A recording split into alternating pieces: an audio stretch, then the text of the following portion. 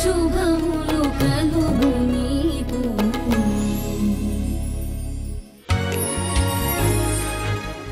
Dad Varahi వచ్చేస్తుంది.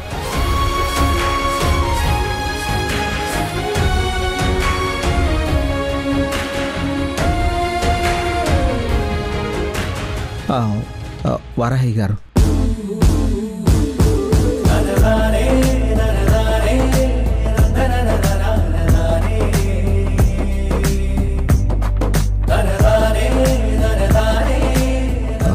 నేను మీకు ఒక ఇంపార్టెంట్ విషయం చెప్పాలి. సారీ చెప్పాలా? అరే, నా మనసులో మాట మీకెలా తెలిసిపోయింది? ఎన్ని రోజులుగా మిమ్మల్ని అబ్జర్వ్ చేస్తున్నాను, ఆ మాత్రం స్టడీ చేయలేనా? Great, you are a great teacher. అరే, పిల్లల మనసు తెలుసుకొని మీరు లెసన్స్ చెప్తారు. ఇప్పుడు నా మనసు కూడా తెలుసుకొని ఐఎమ్ సారీ అండి. వద్దండి, మీరు నాకు సారీ చెప్పొద్దు.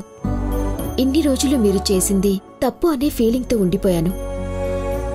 అందుకే మిమ్మల్ని చాలా బాధ పెట్టాను. But now I came to know your friendly nature. So నేను మీ ఫీలింగ్స్ని, మీ ఫ్రెండ్షిప్ని యాక్సెప్ట్ చేస్తున్నాను. ఓ గాడ్, వారాహి గారు, ఇది నిజమేనా? కాదురా, ఊహా.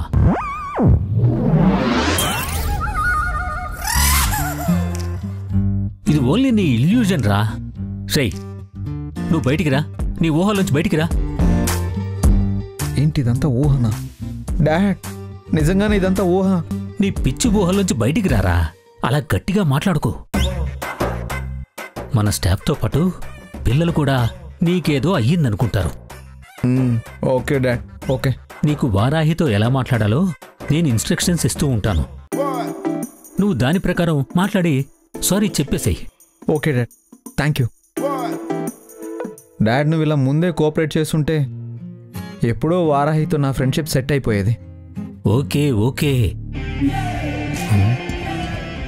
శ్రీ, వారాహి వస్తుంది, రెడీగా ఉండు. Dad, ready. వారాహి గారు. సార్. చెప్పు. ఏం చెప్పాలి? ఏం చెప్పాలని నన్ను అడుగుతారేంటి? రే రే రే, చెప్పమంది నిన్ను కాదురా.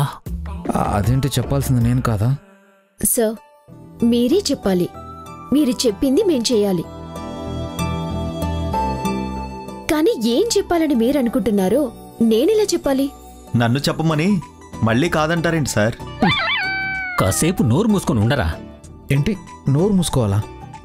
సార్, నేను మిమ్మల్ని చెప్పమని అన్నాను, నోరు మూసుకోమని ఎక్కడన్నాను? నువ్వు కన్ఫ్యూజ్ అవ్వకు, వెంటనే సారీ చెప్పి. అదేంటి సార్, నేనెందుకు సారీ చెప్పాలి? అబ్బా, నిన్ను సారీ చెప్పమని నేనెందుకు చెప్తాను రా. డాడ్, ఇప్పుడే సారీ చెప్పమని అప్పుడే ఎందుకు చెప్పమంటాను అని అంటావేంటి? సార్, మీకు కోపం ఉంటే వేరే ఏదైనా అనండి, అంతేగాని నేననని మాటలు అన్నానని నన్ను బ్లేమ్ చేయకండి. మీ దగ్గర నుంచి నేను ఎలాంటి సారీలు ఎక్స్పెక్ట్ చేయట్లేదు. వారాహి, అయ్యో డాడ్, ఇక్కడ వారాహి వెళ్ళిపోతుంది డాడ్. రే, నీకు అసలు మాట్లాడమే రాదురా. డాడ్, అదేంటి, నాకు సారీ చెప్పడం రాదనే కదా నువ్వు చెప్పినట్టే నేను ఇక్కడ మాట్లాడుతున్నాను. నువ్వు కన్ఫ్యూజ్ అయిపోయావురా. సరేరా, వెళ్ళు, త్వరగా వెళ్ళి మాట్లాడు. నేనెక్కడికి వెళ్ళాలి? నేనెవరితో మాట్లాడాలి? సార్, నేను మీతోని ఒక ముఖ్యమైన విషయం చెప్పాలని వచ్చాను సార్. రే, నువ్వేమీ చెప్పక్కర్లేదు, ముందు నోరు మూసుకుని అవతలకి పో. నువ్వే కదా వెళ్ళి వారాహితో మాట్లాడమని చెప్పావు, అదేంటి మళ్ళీ అవతలకి పొమ్మంటావు? అబ్బా, ఒరే పొమ్మంది నిన్ను కాదురా, ప్యూర్ని రా. సరే, నువ్వు వెళ్ళి మాట్లాడు. ఓకే ఓకే ఓకే సరే. వారాహి గారు. ఏంటి సార్? నీతో కొంచెం మాట్లాడాలి. నాతోనా ఫోన్లోనా సార్? రే, ఫోన్లో రా. నీతో కొంచెం మాట్లాడాలి వారాహి. మీతో కొంచెం మాట్లాడాలండి. ఏంటో చెప్పండి. నేను నిన్ను హర్ట్ చేశాను. నేను మిమ్మల్ని హర్ట్ చేశాను, అందుకే నేను మీకు సారీ చెప్పాలనుకుంటున్నాను. సార్, చెప్పాను కదా, నేను మీ దగ్గర నుంచి ఎలాంటి సారీలు ఎక్స్పెక్ట్ చేయట్లేదు, మీరేం చెప్పొద్దు. అంటే నేను సారీ చెప్పకుండానే మీరు నన్ను ఎక్స్క్యూజ్ చేసేసారా? చూడండి, మిమ్మల్ని ఎక్స్క్యూజ్ చేయగలిగే స్థాయిలో నేను లేను. మీరు ఆ విషయంలో నాతో మాట్లాడాల్సిన పని లేదు. వారాయ్ గారు ప్లీజ్ అండి, నేను చెప్పేది వినండి. వారాయ్ గారు, నా గురించి మీరు తప్పుగా అనుకోవడం, అసలు నేను పీస్ఫుల్గా ఉండలేకపోతున్నానండి. వారాయ్ గారు, అసలు నేను ఒక్క పార్టీ కూడా వెళ్ళలేకపోతున్నానండి. వీడిని మార్చడం కష్టం. సార్ ప్లీజ్, నేను మీ గురించి ఆలోచించే పొజిషన్లో లేను. ఆలోచించాల్సిన అవసరం లేదు. మీరు నా గురించి మీ పార్టీలు ఫంక్షన్లు ఏవి పాడు చేసుకోవాల్సిన అవసరం లేదండి. నేను మీ దగ్గర జస్ట్ జాబ్ చేసుకునే ఎంప్లాయీని, మీరు నాకు యజమాని అంతే. నా వర్క్ నాది, మీ కమాండ్ మీది, దట్స్ ఇట్. దయచేసి మళ్ళీ ఈ విషయం మీద మీరు నన్ను డిస్టర్బ్ చేయొద్దు ప్లీజ్.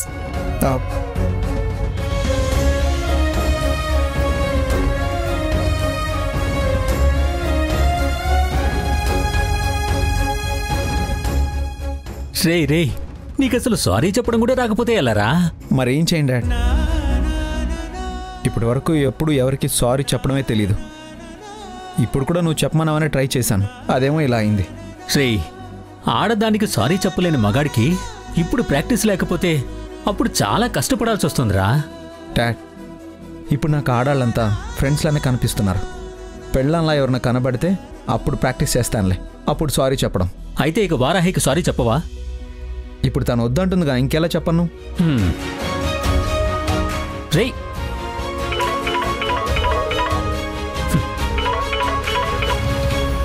చెప్పు.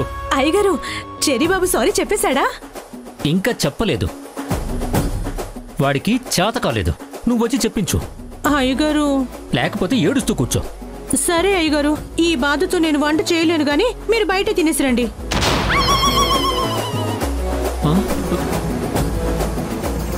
నేను యజమానో ఇది యజమానో అస్సలు అర్థం కావట్లేదు.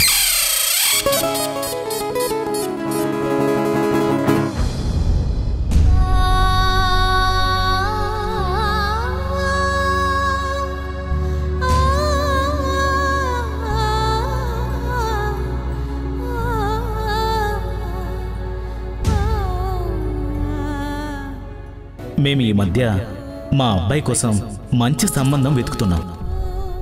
అలా వెతుకుతూ ఓ అమ్మాయిని చూసాం.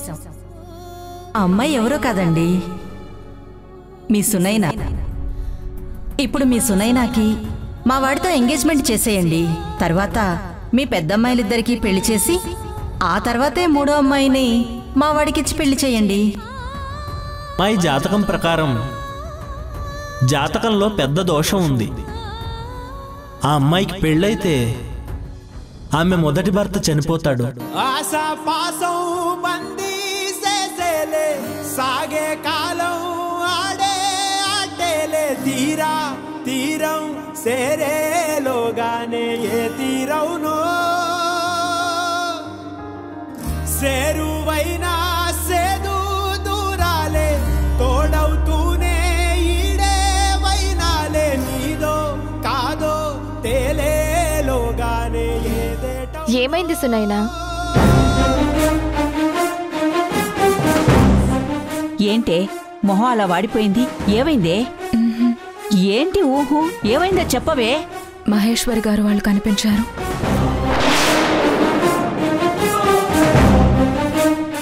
మహేశ్వరి గారా? అరుంధతి గారి కొడుకుతో మీ చిన్న చెల్లి హాసిని పెళ్లి జరిగింది. ఆ పెళ్ళయ్యి వారం రోజులు దాటింది. సునైనా హాసిని కవల పిల్లలు. అంటే ఇద్దరి జాతకం ఒకటే కదా. సునైనకి పెళ్ళైన వారంలోపు తన భర్త చనిపోతాడన్న మాట నిజమే అయితే ఈ పాటికి హాసిని భర్త కూడా చనిపోయి ఉండేవారు కదా. అదేంటే వాళ్ళలా మాట్లాడుతుంటే మీరేమీ అనలేదా? నువ్వంటే నోట్లో నాలుకలేని దానివి. నీతో పాటు ఆ ముంగమొహందు కూడా వచ్చింది కదా, అదేమీ అనలేదా వాళ్ళని? వారాహి అక్కే వాళ్ళు నోరు మూసుకునేలా సమాధానం చెప్పింది. వాళ్ళకి బాగా గుచ్చుకునేలా గట్టిగా అంటించింది. మరి అక్కేది? తను ఆఫీస్కి వెళ్ళిపోయింది. నన్ను ఇంటికి బండేసుకుని వెళ్ళిపోమని చెప్పింది. వాళ్ళు చేసింది తప్పైనా వాళ్ళు చెప్పింది నిజమే. ఏంటమ్మా నిజం? వాళ్ళు వాళ్ళ వెధవ ఆలోచన. అది కాదమ్మా, నిజంగా సునయన జాతకంలో మొగుడికి అరిష్టం అని రాసుంటే అదే అరిష్టం హాసినికి కూడా జరుగుతుంది కదా. కానీ దానికేం జరగలేదంటే జాతకం తప్పనే కదా అర్థం.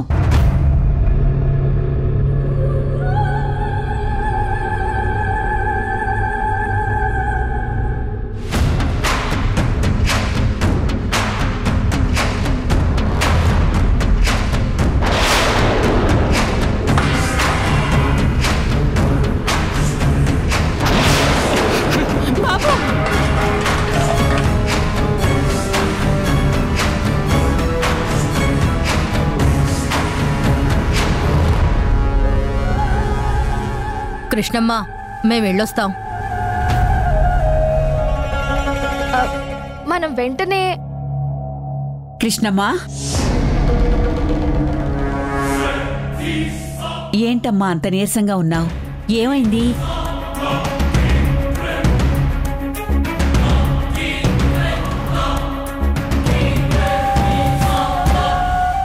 చెప్పమ్మా, ఎందుకు అలా ఉన్నావు? వాళ్ళంతా అలా వెళ్ళిపోయారేంటి? ఏమైంది? ఏమైందమ్మా? అరుంధతి ఏమైనా అనిందా? అమ్మా చెప్పమ్మా, ఏం జరిగింది? కృష్ణమ్మా, ఏమైందమ్మా?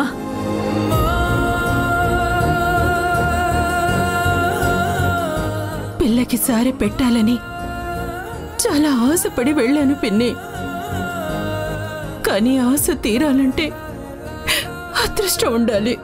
ఏమ్మా, అరుంధతి ఏమంది? జ్ఞాపకాలు చాలా విచిత్రమైనవి పిన్ని. కొన్ని గుర్తు చేసుకుంటే ఆనందాన్నిస్తాయి, ఇంకొన్ని వెంటపడి మరీ కన్నీళ్లు తెప్పిస్తాయి. నాకు ఇంకొన్నేళ్ల వరకు హాసినియే తోడుగా ఉంటుందనుకున్నాను. వీళ్ళందరి పెళ్లిళ్లలో గలగలమని సందడి చేస్తూ తిరుగుతుందనుకున్నాను. దాన్ని ఒక్కసారి కూడా చూడనివ్వలేదు పిన్ని. దాని నోరు తీపి చేసే 4 అక్షింతలు కూడా వెయ్యలేకపోయాను పిన్ని.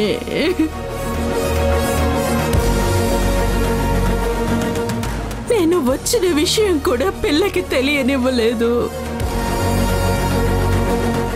అసలు నీ కూతురు మీద వాళ్ళ కమాండింగ్ ఏంటమ్మా? పెళ్ళై వాళ్ళ ఇంటికి వెళ్ళినంత మాత్రాన వాళ్ళకి బానిస అయిపోయినట్టేనా?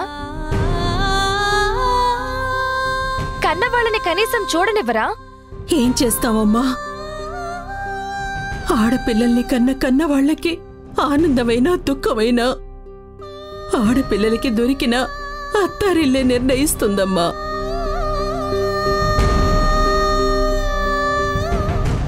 ఆడపిల్లకి దొరికిన భర్త మంచోడైతే ఆ కాపురం ఆనందంగా ఉంటుంది.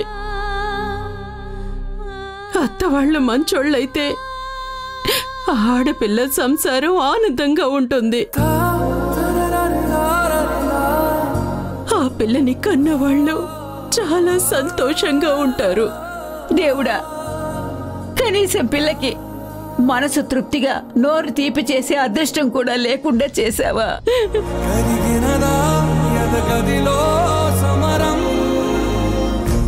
ఏది మనదనుకుంటా, ఏది కాదనుకుంటా, లేని తలరాతని వెతికే మనసుకు ఏమని చెబుతా?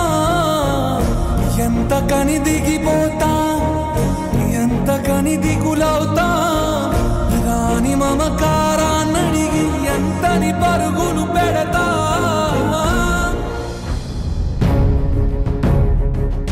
లక్ష్మి, ఇలా రా.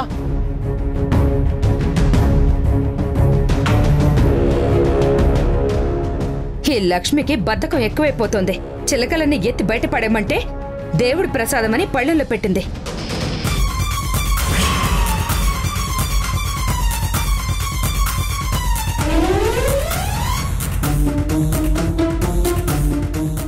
లక్ష్మి, బాబ్గారు, ఏంటిది?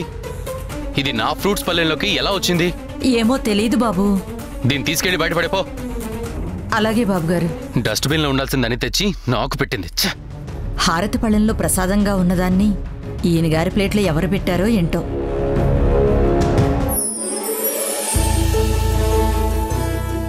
అమ్మా, నా కళ్ళం వారి హోమ్ టూర్ గ్లిమ్స్ బాగా క్లిక్ అయింది. ఈ రోజు నుంచి ఫుల్ ప్లెజర్డ్ గా హోమ్ టూర్ స్టార్ట్ చేస్తున్నాను. నా సబ్స్క్రైబర్స్ ఇంకా ఇంకా పెరిగి 1,00,000 మంది అవ్వాలి. నాకు ఇన్కమ్ బాగా రావాలి. మా అమ్మ అక్కలకి ఆ డబ్బులన్నీ ఇచ్చేయాలి. వాళ్ళు అరుంధతి వాళ్ళ అప్పు తీర్చేయాలి. మా వాళ్ళంతా హ్యాపీగా ఉండాలి.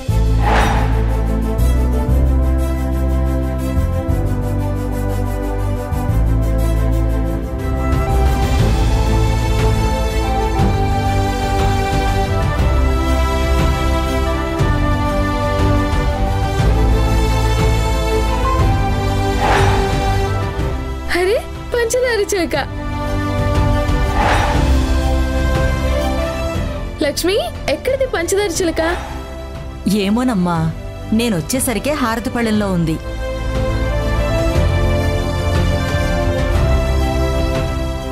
అంటే ఈరోజు మార్నింగ్ దేవుడికి పంచదార చిలుకలు ప్రసాదంలో పెట్టారన్నమాట. నాకు పెట్టకుండా ఉండాలనుకున్నారన్నమాట. చూసావా, నాకు పంచదార చిలుకలంటే బాగా ఇష్టమని ఆ దేవుడే నాకు ఇది అందించాడు.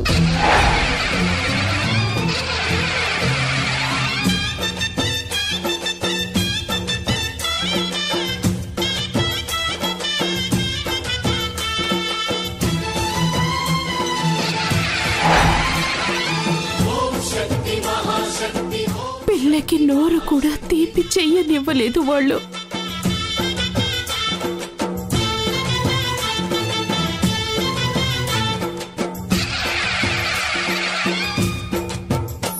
ఆహా, అచ్చం ఇవి మా అమ్మ చేసిన చిలకల్లానే ఉన్నాయి. అమ్మా భవానీ లోకాల నేలే ఓంకార రూపమమ్మా, తల్లిని మహిమల్ని చూపవమ్మా.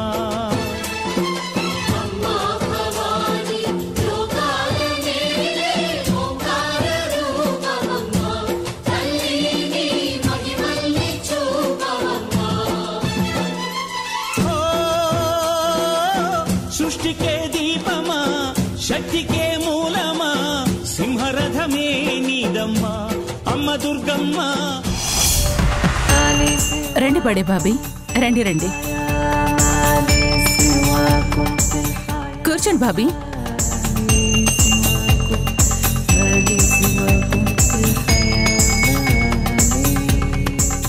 పిన్ని, పిన్ని. వస్తున్నానమ్మా.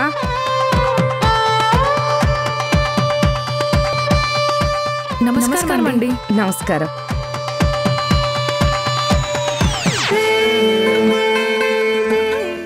రాధా వచ్చారా?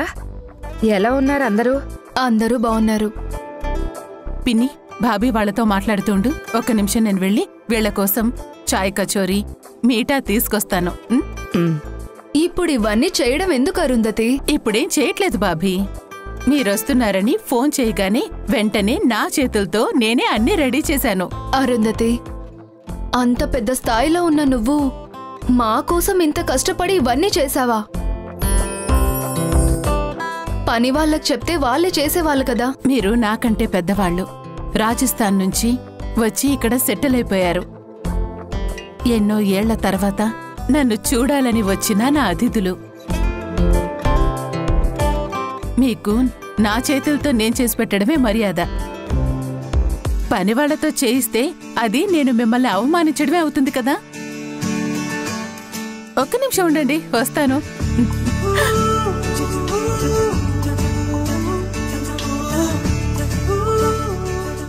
మా అరుంధతికి పెద్దలంటే చాలా గౌరవం. రేఖ, చూడు, మీ అమ్మ దగ్గర నుంచి మీరు నేర్చుకోవాల్సింది ఇదే. పెద్దవాళ్ళని ఎలా గౌరవించాలి, వాళ్ళకి ఎలా మర్యాదలు చేయాలి అని. హాయ్ ఫ్రెండ్స్, ఇదే మా అల్లం వారింట్లో మెయిన్ హాల్. ఒక్క నిమిషం ఫ్రెండ్స్, మీకు చిన్న ఎంటర్టైన్మెంట్ చూపిస్తా, చూడండి.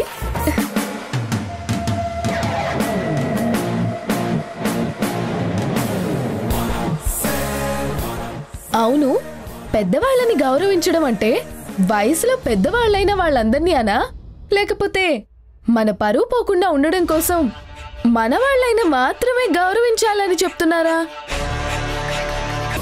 అత్త, అరుంధతికి ఒక అబ్బాయి ఒక అమ్మాయి అని మాత్రమే మాకు తెలుసు. ఇక్కడ ఇద్దరు అమ్మాయిలు ఉన్నారేంటి? భాబీ,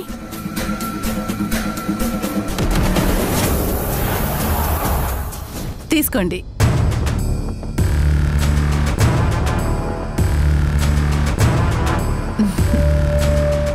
భాబీ, మీకు తెలిసింది కరెక్టే. నాకు కొడుకు కూతురు. తను నా కూతురు రేఖ.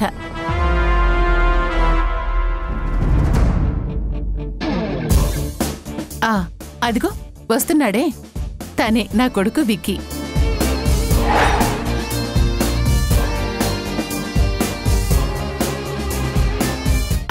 అదిగో వస్తున్నాడే, తనే నా కొడుకు విక్కీ.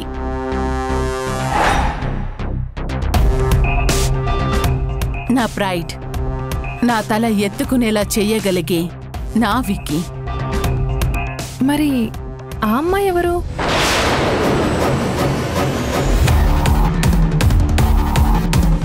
తను చెప్పండి.